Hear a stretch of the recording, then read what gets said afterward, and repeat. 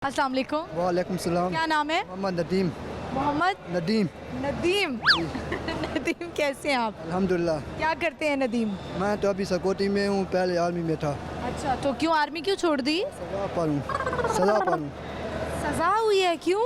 बस डर गया था आगे, संतन में डर गया था, लड़ाई हो गई थी। लड़ाई हो गई थी तो सजा मिली और आर्मी से निकाल दी। ना ख़त्म हो गई है, बस वापस चला जाऊँगा। अच्छा, सजा खत्म हो गई, वापस जाएंगे। जी। कितनी देर की थी सजा? 2 साल। पैसे भी नहीं मिले? नहीं। सही, चले। ये बताएं, आज का हमारा सवाल है वो क्या चीज़ है जो मर के भी जिंदा रहती है? गुर्बत। अस भाई यही मसला है, पैसे नहीं है। पैसे नहीं है, बिल्कुल पैसे नहीं है। पैसे की लोगों को कमी नहीं होती, पैसे की कमी है। ये पैसा है ना, तुम और मैं एक ही हैं इस वक्त। जी, ये पैसा है ना, सबको बराबर करता है। ऐसे कोई इधर किसी के पास पैसा है नहीं है तो उसको जानता भी इंसान भी नहीं बनाता। बात है, लेकिन जो है अल्लाह का शुक्र है। और इस टाइम पे मेरी 9 बहनें, मैं एक ही कमाने वाला हूँ।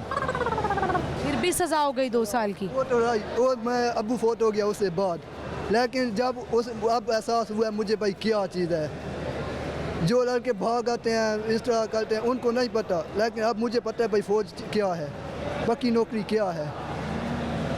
तो बहनें भी कोई काम कर रही हैं या नहीं? सब छोटी हैं, सब कितनी छोटी हैं? एक 2 साल की है, एक 3 साल की है।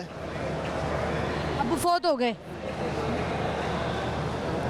ट्विंस बच्चे भी हुए अब्बू के? नहीं, समझ नहीं आई आपकी। अम्मी कहाँ हैं? अम्मी घर। बड़ी हिम्मत है अम्मी की। अच्छा, ये बताएं कि आप कुछ सुनाना चाहेंगे? नहीं, मुझे कुछ नहीं। बहुत शुक्रिया। व्यूअर्स, 9 बहनें और एक भाई, मतलब मेरे लिए दिस इज़ वेरी शॉकिंग। एक तो उस औरत का हाल और दूसरा ये कि अल्लाह इनके वालिद साहब को जन्नत नसीब करे।